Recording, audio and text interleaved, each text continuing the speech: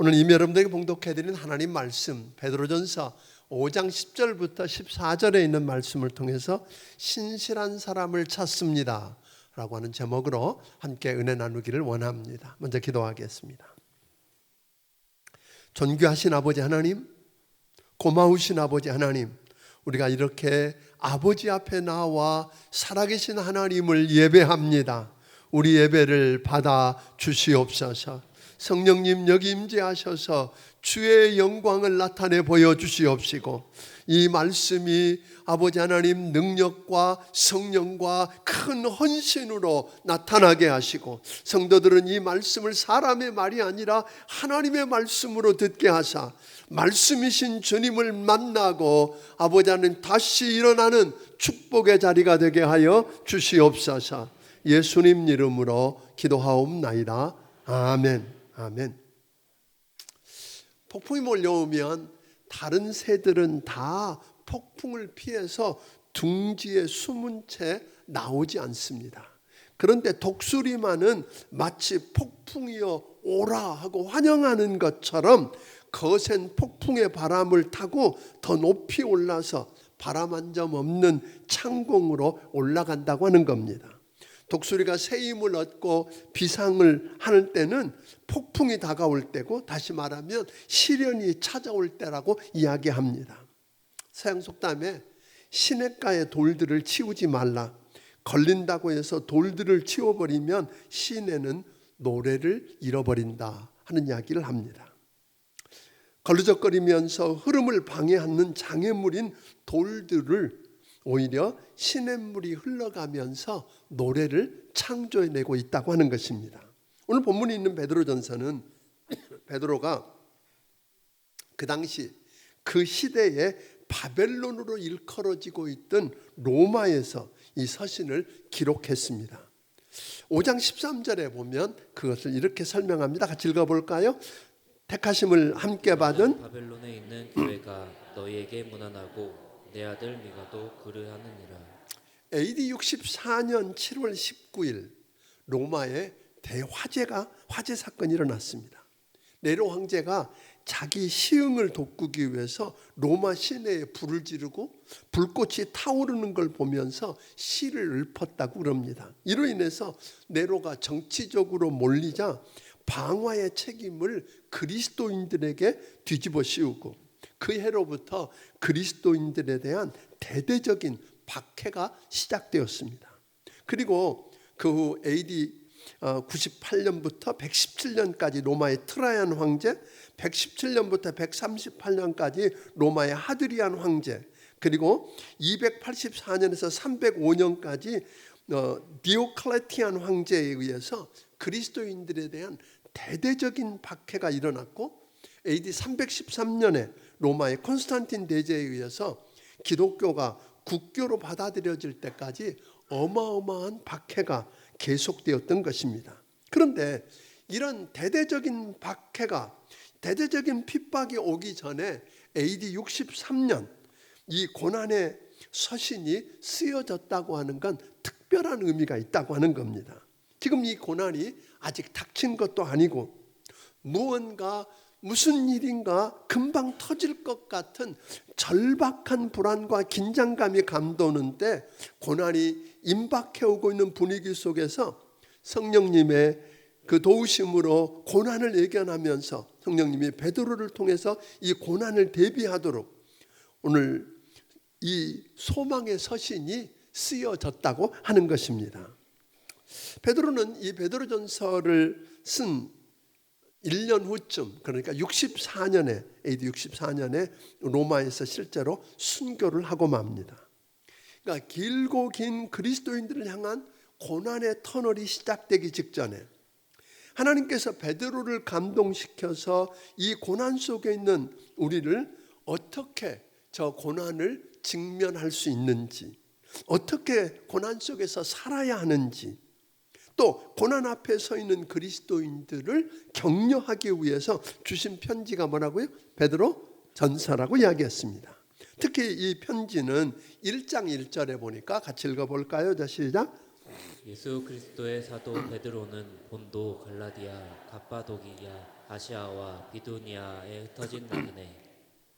예수 그리스도가 죽은 후 한 세기도 지나기 전에 소아시아, 중앙아시아, 서머나, 안디옥 이 도처에 흩어진 나그네, 소위 디아스포라가 되어 있는 그 유대인들에게, 지금의 믿는 유대인들에게 편지를 쓰고 있습니다. 그러니까 하나님께서는 이스라엘 백성, 하나님의 백성이라고 하는 이스라엘 백성들의 죄 때문에 저들을 징계하기 위해서 흩어놓으셨지만 결국 그곳에서 회개하고 복음을 받아들인 그들을 통해서 땅끝까지 복음을 전하는 도구로 사용하셨다고 하는 겁니다. 이 베드로전서 4장 12절 13절을 한번 읽어보겠습니다. 같이 읽습니다. 시작. 사랑하는 자들아, 너희를 연단하려고 오는 불시험을 이상한 일 당하는 것 같이 이상히 여기지 말고 오히려 너희가 그리스도의 고난에 참여하는 것으로 즐거워하라. 이는 그의 영광을 나타내실 때에 너희로 즐거워하고 기뻐하게 하려 함이라. 고난이 다가옵니다. 색깔이 다르고 모양이 다르고 형태가 다르지만 다른 옷을 입고 우리에게 고난이 다가올 때 그 고난을 고난의 정체를 좀 이해할 필요가 있다는 겁니다. 그리고 하나님이 왜 우리에게 이런 고난을 주시는지 이해할 필요가 있습니다. 그래야만 예정하신 때 우리를 높이기 위해서 고난을 주신다, 이를 알고 주님을 바라보면 승리할 수 있다는 겁니다. 이걸 알지 못하면 마귀와 대적하는 대신에 그 고난 때문에 지도자와 싸우고 형제들끼리 싸우는 그런 일들을 경험하게 되더라. 그게 오늘 본문이 바로 앞에 있는 5절부터 9절을 보면 그 이야기를 하는데, 5절에 보면 젊은 자들아, 오늘 이게 뭐니까 젊은 자들아 하고 이야기하면서 이 모든 일에 장로들에게 순종하고 순종을 이야기합니다. 겸손하라고 이야기합니다. 모든 염려를 주께 맡기라고 합니다. 그리고 마귀를 대적하라고 이야기했습니다. 왜? 근신하고 깨워야 될 이유는 원수 마귀가 오늘 두루 다니면서 두루 삼킬 자를 찾고 있기 때문에, 그런 상황 속에서 우리가 순종하고 겸손하고 모든 걸 주께 맡기고 마귀를 대적하는 그런 승리를, 고난을 통해서 승리하면 주님이 주신 약속이 있습니다. 그게 오늘 본문 10절입니다. 10절 같이 읽어보겠습니다. 시작. 모든 은혜의 하나님 곧 그리스도 안에서 너희를 부르사 자기의 영원한 영광에 들어가게 하신 이가 잠깐 고난을 당한 너희를 친히 온전하게 하시며 굳건하게 하시며 강하게 하시며 터를 견고하게 하시리라. 오늘 보니까 바로 5장 4절에서는 우리에게 그렇게 가르치네요. 그리하면 목자장이 나타나실 때 시들지 않는 영광의 면류관을 주리라. 다시 말하면 고난을 통해서 우리가 승리하고 나면 4절은 장래에, 미래에 얻게 될 약속이 나오는 반면에 오늘 10절은 당장 현재의 고난을 통해서 현재의 주님이 약속한 것들이 무엇인가를 이야기하고 있습니다. 그런 생각을 하면서 10절을 다시 한번 읽어보겠습니다. 시작. 모든 은혜의 하나님 곧 그리스도 안에서 너희를 부르사 자기의 영원한 영광에 들어가게 하신 이가 잠깐 고난을 당한 너희를 친히 온전하게 하시며 굳건하게 하시며 강하게 하시며 터를 견고하게 하시리라.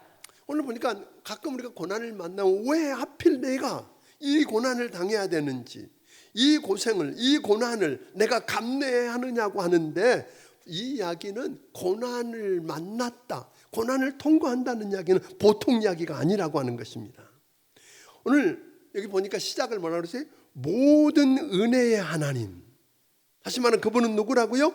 우리를 그리스도 예수 안에서 부르사 구원하시고 영원한 영광에 들어가시게 한 그분. 이 말을 다시 설명하면 죄와 허물로 죽었고 마귀의 종노릇 타고 심판받고 영원한 지옥불에 들어가 멸망해야 될 나를 은혜가 풍성하신 하나님이 내게 무슨 자격이 있어서가 아니라 순전히 그의 은혜로 모세를 부르고 아브라함을 부르고 12제자를 부르고 십자가의 원수로 행하던 바울을 불러서 이방인의 사도로 삼으셨던 그 하나님이 그리스도 안에서 우리를 성도로 부르셨다. 아멘. 성도로 부르셨다. 왜요? 구원받아서 하나님의 자녀가 되고 그리스도의 영원한 영광에 들어가게 하시려고. 여러분과 나를 뭐하게 하려고요? 구원하시고, 그리고 그리스도 안에서 영원한 영광에 들어가게 하려고. 이 말을 다른 말로 말하면 그리스도의 영원한 영광은 우리가 장차 그리스도 안에서 모든 죄성에서 벗어나서 오늘 천국에서 누릴 영광을 가리키는 것입니다. 아멘. 그러니까 장차 그리스도 안에서 천국에서 누릴 그 영광을 누리게 하려고 오늘 여러분과 나를 부르셨다. 그러니까 우리를 그리스도 안에서 불러서 구원의 영원한 영광에 들어가게 하신 모든 은혜의 하나님께서 그들이 당하고 있는 고난을 뭐라고 불러요? 그걸 알고 있는 하나님이 그냥 고난이라고 안 불러요. 박해로 인해서 하루하루 신앙을 지키기 위해서 목숨을 걸어야 하는 상황 속에서 고난당하는 성도들에게 우리 주님 이렇게 이야기하십니다. 주님과 앞으로 장차 누릴 영원한 영광과 비교하면 그 고난은 뭐다? 잠깐이다. 그렇게 이야기합니다. 뭐라고요? 잠깐이래요. 길고 지루하고 끝날 것 같지 않나 보이는 그 고난을 잠깐의 고난이 지나가면 영원한 영광이 기다리고 있다고 이야기합니다. 그런데 이 영원한 영광을 바라보지 못하고 잠깐의 고난을 피하기 위해서 영원한 영광을 상실한다고 하는 것은 어리석은 일이다. 그렇게 이야기하는 것입니다. 왜 많은 여러분 은혜의 하나님이 우리가 잠깐의 고난을 견디고 통과하게 하셨을까요? 여기 이제 우리가 궁금해하는 겁니다. 사실은 나를 구원해서 영원한 영광에 들어가게 하시려고 하는 그 하나님이, 우리를 사랑하시는 그 은혜의 하나님이 왜 잠깐의 고난을 견디고 통과하게 했느냐 하는 거예요. 왜 그랬을까요? 10절 다시 한번 읽어보겠습니다. 10절을 읽습니다. 시작. 모든 은혜의 하나님 곧 그리스도 안에서 너희를 부르사 자기의 영원한 영광에 들어가게 하신 이가 잠깐 고난을 당한 너희를 친히 온전하게 하시며 굳건하게 하시며 강하게 하시며 터를 견고하게 하시리라.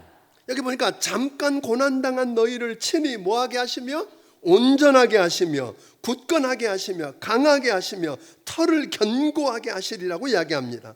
고난을 통해서 우리를 뭐 한다고요? 온전하게 하신답니다. 여기서 온전하다라고 하는 말은 본래 의미는 이런 이야기입니다. 찢어진 그물을 다시 깁는다. 그게 온전하답니다. 그러니까 찢어진 그물을 다시 기우면 고기를 다시 잡을 수 있는 준비가 됐다. 그 말입니다. 그러니까 이 말은 고난을 통해서 우리를 온전케 함으로 하나님의 일을 할 수 있는 준비가 됐다, 이런 이야기예요. 고난을 통해서 우리를 더욱 큰 하나님의 일을 감당할 수 있는 자로 무장시켰다, 그런 의미가 있는 것입니다.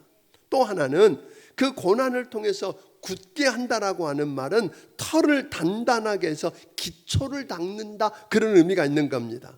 터가 단단하고 기초가 튼튼해야 그 위에 영광스러운 집을 세울 수 있는 것입니다. 아멘. 그러니까 우리 주님께서 그 고난을 통해서 우리의 터를 단단하게 하고 기초를 튼튼하게 하는 이유, 뭐 하려고? 장차 우리 위에 영광스러운 집이 세워질 수 있도록. 그리고 이야기합니다. 고통을 통해서 견고하게 한답니다. 견고하다는 말은 흔들리지 않는다는 말입니다. 하나님은 우리가 폭풍우와 비바람 속에서도 흔들리지 아니하고 견고하고 굳건하게 서서 우리 생의 마지막 때까지 하나님의 일을 계속하면서 마지막 영원한 영광에 들어가서 면류관을 쓰고 주님과 함께 왕노릇하기를 원하십니다. 아멘. 그래서 11절은 말합니다. 권력이 세세 무궁토록 그에게 있을지어다. 뭘 통해서? 고난을 통해서 온전케 준비되어지고 하면 하나님께서 붙들고 커다란 일을 하실 수 있도록 준비되어지고, 오늘 기초가 튼튼하고 단단히 준비되어서 그 위에 하나님께서 마음껏 원하는 집을 지을 수 있도록 되어지고, 비바람이 통해도 어떤 상황 속에도 흔들리지 않으면 결국 그런 일들이 일어날 거다. 그래서 오늘 우리는 고난이 크냐 적으냐의 문제가 아닙니다. 고난의 색깔이 진하냐 안 진하냐의 문제가 아닙니다. 문제는 뭐예요? 오늘 합력해서 선을 이루시는 전능하신 하나님, 모든 은혜의 하나님이 이 세상을 섭리하시고 통치하신다. 나는 하나님 손 안에 있다. 이게 믿어지느냐는 겁니다.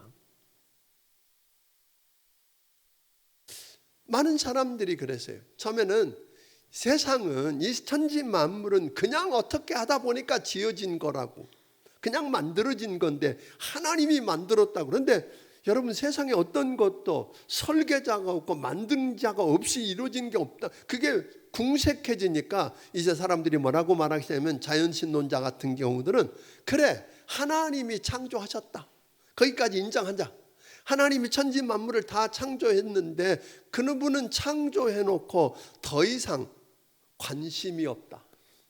그분은 떠나셨어. 또 그것을 관리할 능력이 없다. 그렇게 이야기하는데 아닙니다. 천지 만물과 여러분을 지으신 우리 하나님은, 여러분, 이 세상 만물을 그 손 안에 붙들고 통치하시고 다스리시고 섭리하시는 전능하신 분이십니다. 여러분, 다시 묻습니다. 우리 하나님은 합력해서 선을 이루시는 전능하신 하나님이신 것을 여러분 믿으십니까? 아멘? 정말 합력해서 선을 이루실 뿐만 아니라 나는 지금 하나님 손 안에 있다. 이 세상을 섭리하시고 그 뜻대로 통치하고 다스리시는 하나님 손 안에 있다. 여러분, 이게 믿어집니까? 이게 믿어지면 사실은 문제가 안 되는 겁니다. 그래서 이 베드로전서라고 하는 건 본래 아까 뭘 생각하고? 고난을 생각하고 쓰여진 고난의 책이에요. 그런데 그 고난의 책에 쓰여진 단어를 보니까 고난이라고 하는 단어와 소망이라는 단어가 같이 나와. 14번이나. 제일 많이 나오는 단어는 뭐냐면 즐거움과 영광이라는 말이 24번이나 나와. 이게 무슨 말이에요? 베드로전서는 고난 속에서 소망을 가지고 영광을 바라보며 즐겁게 살라는 거예요. 말도 안 돼. 근데 고난의 정체성을 알고, 그렇죠? 왜 그 고난이 왔는지 알고, 그런데 그 고난을 누구 손 안에? 나를 사랑하시는 은혜의 하나님 손 안에 있다. 그분이 그것을 통해서 나를 온전하게 만들고 사용하기 좋은 것으로 준비시키고, 믿습니까? 그 내 위에 아름다운 집을 지을 수 있도록 터를 견고하게 만들고 기초를 튼튼하게 만들고 비바람 속에서 흔들리지 않게 만들어서 결국은 그분이 원하는 모습으로 만들어간다.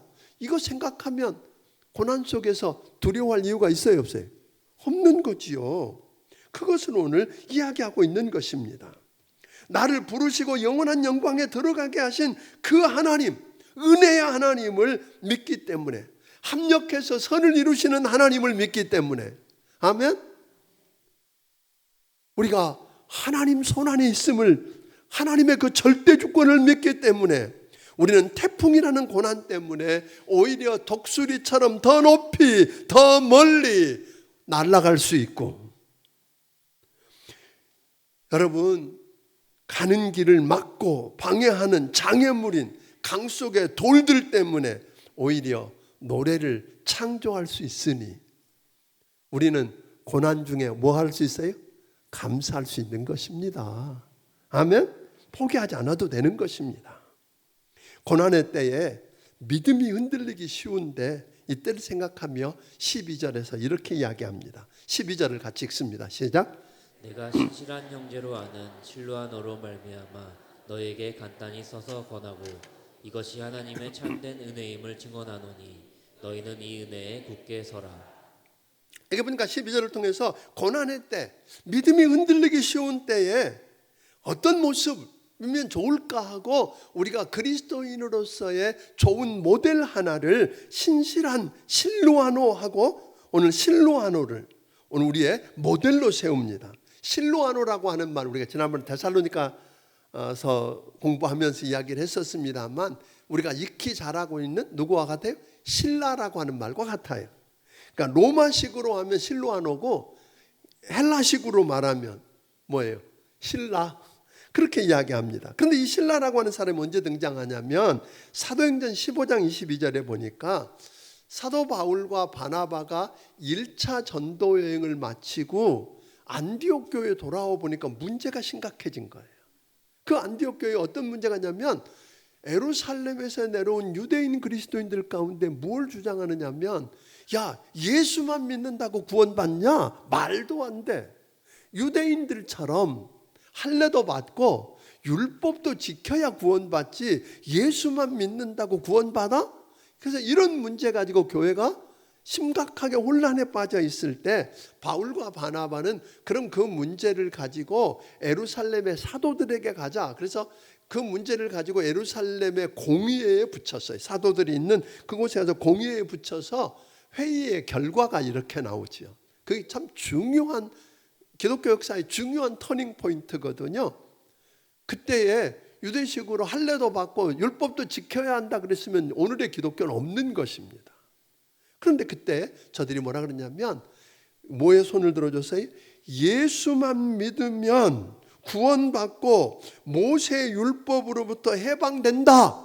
뭐 다른 몇 가지 이유들을 붙이지만 이런 결정을 내렸어요. 이런 중요한 결정을 내린 다음에 예루살렘 교회가 이렇게 결정했다고 하는 것을 안디옥 교회와 다른 교회들에게 알리는 역할을 누구에게 맡길 건가 할 때 예루살렘 교회와 예루살렘 교회 지도자들을 신뢰하는 신실한 사람들에게 맡기기로 하지요. 그게 누구였냐면 유다라고 하는 사람, 가룟 유다 아닙니다. 유다라고 하는 사람과 신라라고 하는 사람에게 그 일을 맡기는 거예요. 그래서 신라가 안디옥 교회 바울과 함께 내려갔다가 얼마 후에 그걸 정리하고 얼마 후에 바울이 2차 전도여행을 떠나려고 하는데 문제가 생겼죠. 1차 전도여행 때 여러분 잘 아는 누가? 그냥 이탈해버린 사람이 있어요. 자기 마음대로. 마가잖아요. 그러니까 마가를 다시 데리고 가자. 안 된다 하는 이야기를 놓고 바울과 바나바 간에 서로 의견 다툼이 있게 돼서 이 바나바는 마가를 데리고 떠나고 바울은 신라와 함께 떠납니다. 이때 신라와 함께 떠났을 때 여러분 잘 아는 사도행전 16장에 보면 빌립보에 가서 복음을 전하다가 매를 맞고 감옥에 들어갔는데 바울과 함께 신라가 뭘 해요? 그 밤중에 매를 맞고 감옥에 복음 전하다가 처박힌 그 상황 속에서 기도하고 찬송하더니 하나님이 오늘 지진을 일으켜서 그 옥문을 열고 쇠고랑을 풀고 하는 이런 사건을 통해서 그곳에 교회가 세워지는 일, 그리고 우리 지난번에 공부했던 데살로니가에 가서도 여전히 바울과 신라 이야기가 나오는 걸 우리가 보았어요. 이렇게 신실하게 예루살렘 교회에서도 그는 신뢰받는 신실한 사람이었고 바울의 동역자로서도 여전히 뭐예요? 신실한 사람이었고 그러던 그가 바울이 3차 전도여행을 마치고 이제는 소위 로마로 오늘 사형수가 되어서 로마로 순교 여행을 떠날 그때에 아마 이 신라라고 하는 사람이 함께 가지 못한 것 같아요. 그래서 그때에 하나님께서 이 베드로 같은 사람에게 많이 공부하자면 베드로 같은 사람에게 영성과 지성을 겸비하고 있는 로마 시민권을 갖고 있는 누가 신라 같은 사람이 필요하겠다 해서 하나님이 갑바도기아에 있는 이 베드로에게 붙여주셨던 것 같아요. 그래서 거기를 거쳐서 지금은 어디에 와 있어요? 로마에 와 있는 그런 상황이에요. 그런데 이제 더 재미있는 것은 아까 여러분들이 12절에 보니까 12절을 다시 한번 보겠습니다. 시작. 내가 신실한 형제로 아는 실로아노로 말미암아 너희에게 간단히 써서 권하고 이것이 하나님의 참된 은혜임을 증언하노니 너희는 은혜에 이게 무슨 이야기예요? 예루살렘 교회의 지도자들과 성도들에게 신뢰받을 만하고 신실하다고 했던 그는 바울의 신실한 동역자였고 이번에는 누구의? 베드로의 신실한 동역자고 그 베드로가 편지를 써서 보내는 그 당시 초대교회 모든 교인들이 이 신라를 어떤 사람으로 알고 있어요? 신실한 사람으로 알고 있다는 거예요. 기가 막히죠. 그러니까 이런 무슨 이야기예요? 상황에 따라, 시대에 따라, 사람에 따라 어떤 환경에 처하든지 누굴 만나든지 마음이 변하지 않는 그런 사람이 되었다는 거죠. 본래 신실하다는 말은 헬라어로 보면 피스투라고 하는 말인데, 이 말은 원형인 피스투스에서 온 말이에요. 이 피스투스는 믿음이라는 말인데, 신실한 사람이란 주 예수 그리스도를 향한 절대적인 믿음을 가지고 변하지 않는 자, 처음과 나중에 같은 사람. 아멘.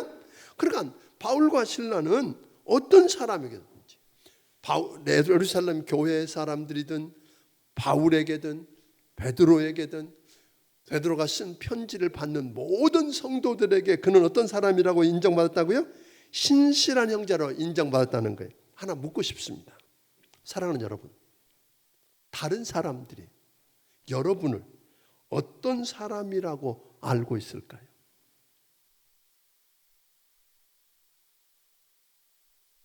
계산이 빠른 사람? 야곱처럼 속이는 사람? 아니면 이익에 따라서 여기 붙었다 저기 붙었다는 박쥐 같은 사람?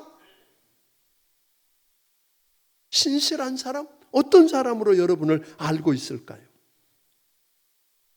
저는 정말 감사하는 것은 우리 교회에 신실한 하나님의 사람들이 많다는 것입니다. 남이 알아주든 안 알아주든 힘들고 어려운 일을 만나도 변함없이 자리를 지키며 충성하는 신실한 성도들, 언제나 한결같은 성도들이 우리 교회에 있다는 것을 인해 감사드리지 않을 수가 없습니다. 바로 그분들 때문에 우리 교회가 지금 이 모습을 할 수 있다는 것, 감사드리지 않을 수가 없는 것입니다. 고난받는 마지막 때 신라 같은 신실한 사람을 우리 하나님은 찾으신다고 말합니다.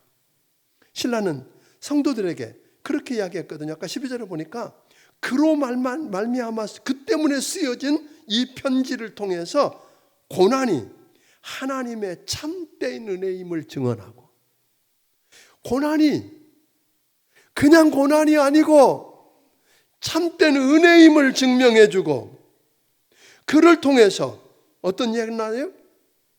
사람들에게 은혜에 굳게 서 있으라고 하는 일들이 일어나게 되었다는 것입니다. 하나님은 신실한 사람을 찾으십니다. 그리고 실력 있는 사람, 돈 많은 사람, 능력 있는 사람을 통해 일하는 게 아니라 신실한 사람을 통해서 하나님이 그의 일을 이루어 가십니다. 저는 오늘 여러분, 우리 교회에 속해 있는 우리 모든 성도들이 하나님이 찾으시는 신실한 사람들이 되기를 주의 이름으로 축원합니다. 그래서 하나님이 여러분을 찾아내서 여러분의 능력 때문이 아니라 하나님이 여러분을 붙들고 일하시는 기적의 현장을 날마다 체험하고 살기를 주의 이름으로 축원합니다. 지금 학자들이 성공한 사람들은 도대체 왜 성공했을까 하고 이렇게 찾아내 보았더니 두 가지가 나왔다는 거예요. 가장 많이 나온 게, 하나는 열정이 있는 사람. 열정이 있는데 어떤 어려움을 만나고 고난을 당하고 반대에 부딪혀도 포기하지 않고 끈기 있게 그 일을 해내는 사람, 그게 성공하더라. 그런데 이제 문제가 이런 거잖아요.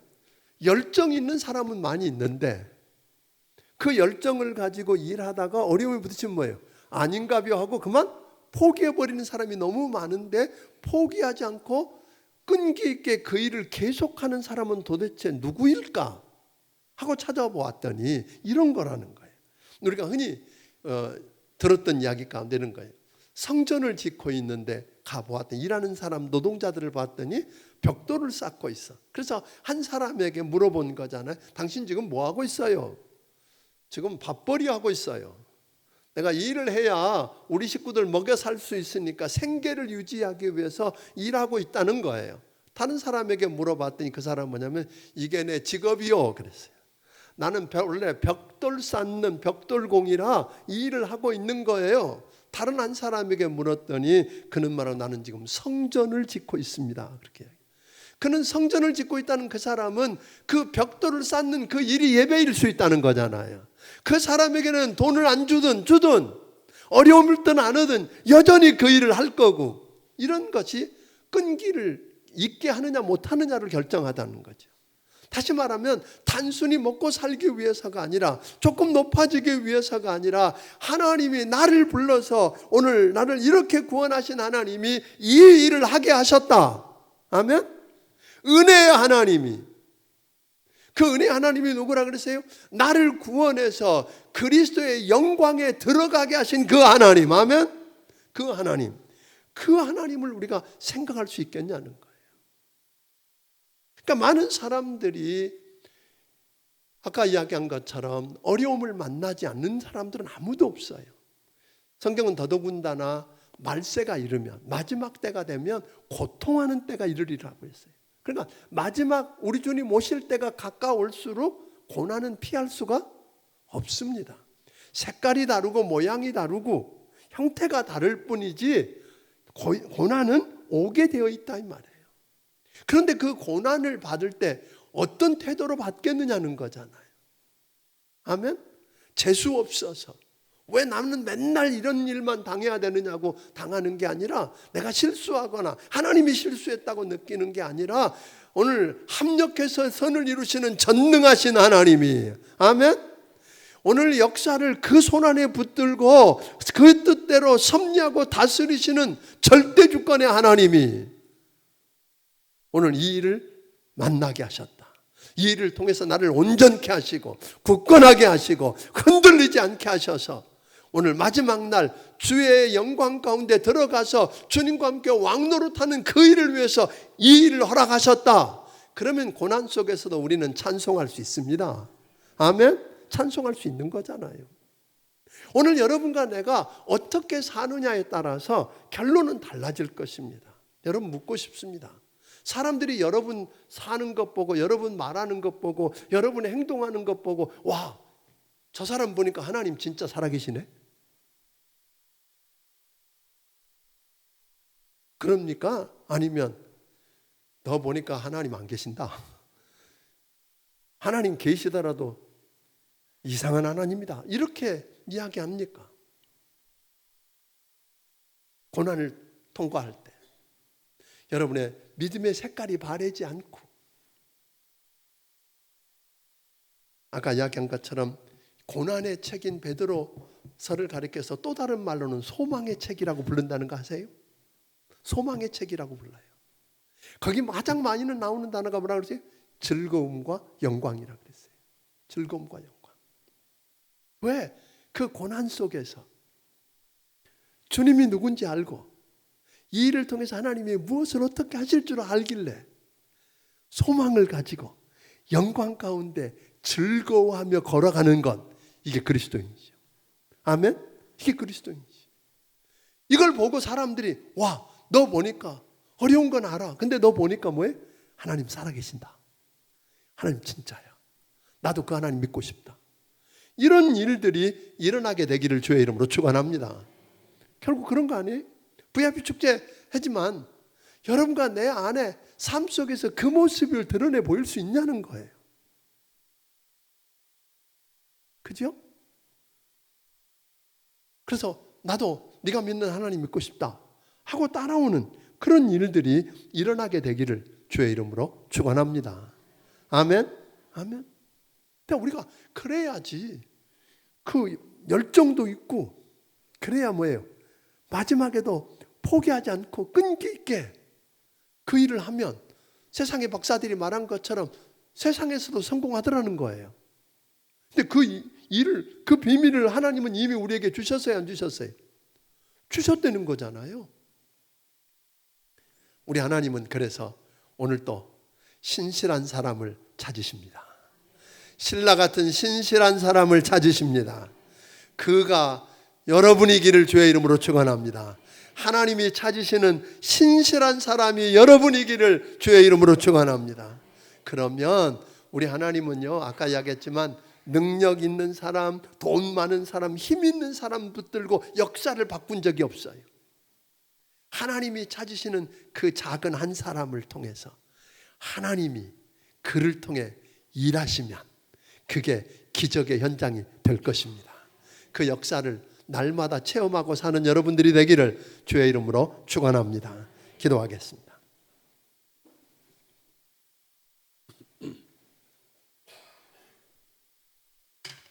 오늘 시간에 우리 함께 기도하고 싶습니다. 사랑하는 성도 여러분, 나를 알고 있는 우리 성도들, 우리 가족들, 우리 직장 친구들, 우리 이웃들이 나를 어떤 사람이라고 평가할까요?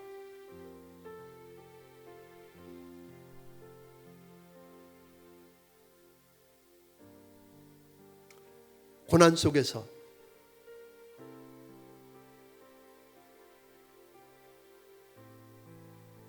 합력해서 선을 이루시는 전능하신 하나님을 믿고 내가 이 세상을 지으시고 그 뜻대로 통치하고 섭리하고 다스리시는 하나님 손 안에 있으므로 이것을 통해서 하나님은 기필코 영광을 나타내실 거다 하는 이런 믿음이 없이 방황하고 흔들렸던 것 하나님 용서해 주십시오.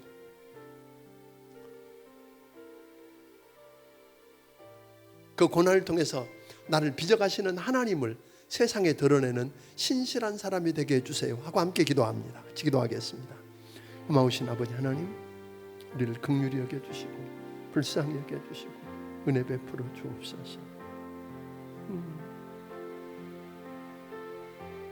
오늘 내 모습이 잘못되었고 나 때문에 하나님을 잘못 드러낸 것 용서해 주시옵시고 내가 만난 고난 속에서 하나님을 다시 바라보고 주님의 시각으로 해석하고 그래서 그 고난 속에서 주님을 드러내고 신실함을 드러내는 신실한 사람이 되게 하여 주시옵소서. 주시옵소서. 고마우신 아버지 하나님 감사합니다. 색깔이 다르고 모양이 다르고 형태는 다르고 크기도 다르지만 우리를 고난이 찾아오고 핍박이 찾아오고 어려움이 찾아오는 건 사실이지만 그것 통해서 합력해서 선을 이루시는 하나님, 모든 역사를 그 손에 붙들고 일하시는 전능하신 살아계신 통치자신 주권적인 하나님을 우리가 경험하게 하여 주시옵소서. 그 하나님을 생각하고 하나님의 시각으로 해석하고 그 문제 속에서 아버지 하나님 여전히 신실하게 서서 하나님이 찾으시는 그 한 사람이 되어서 하나님의 나를 통해 일하시는 기적의 현장을 날마다 경험하며 살게 해 주시옵소서. 고난이 축복이라고 고백하게 하옵소서. 고난이 은혜라고 고백하게 하여 주시옵소서. 주신 은혜가 너무 크고 감사해서 하나님 아버지께서 주신 것 가운데 10의 1조와 감사의 물과 선견금과 주일원금과 그리고 성전을 건축하기 위한 귀한 예물을 우리 하나님께 드립니다. 받아 주시옵소서. 이 예물이 쓰여지는 곳마다 주의 이름이 높여지고 하나님 영광을 드러내게 하여 주시옵시되 저들을 하나님이 찾으시고 붙들고 쓰시기 원하시는 신실한 사람들로 삼아 주시옵소서. 예수님 이름으로 기도하옵나이다. 아멘. 말씀을 기억하시며 찬양드림이 준비하신 예물을 하나님께 드리기 원합니다.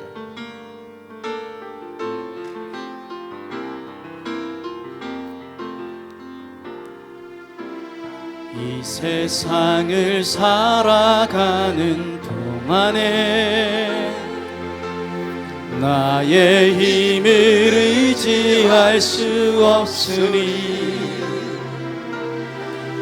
기도하고 낙심하지 말 것을 주께서 참 소망이 되심이라.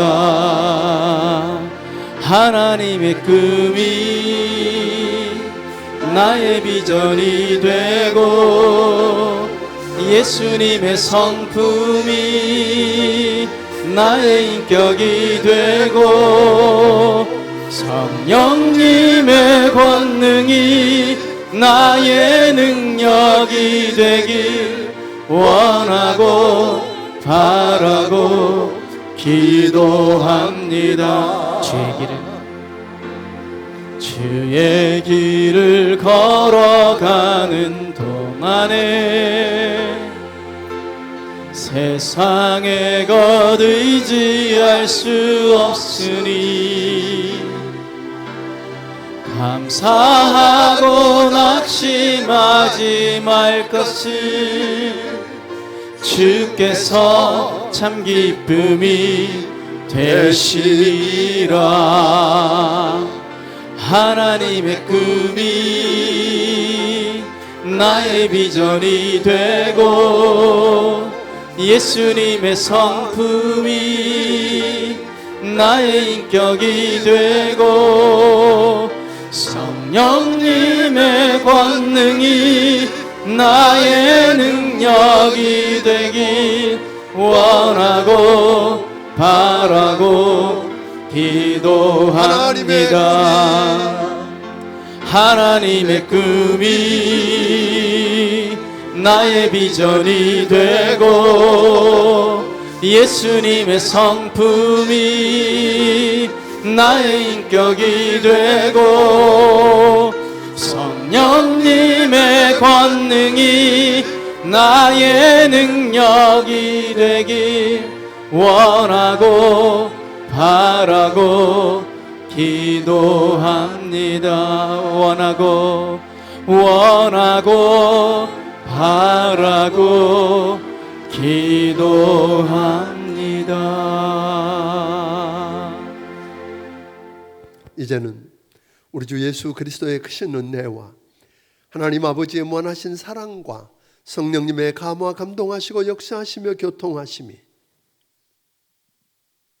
고난의 때 하나님의 주권을 믿고 합력해 선을 이루시는 전능하신 하나님을 믿길래 그 고난 속에서도 무너지지 않고 신실한 자로 하나님이 찾으시는 신실한 자로 살면서 그를 통해 하나님이 일하시는 기적을 날마다 체험하기 원하는 성도들 머리머리 위에 지금부터 영원까지 함께하여 주시기를 예수님 이름으로 축원하옵나이다. 아멘.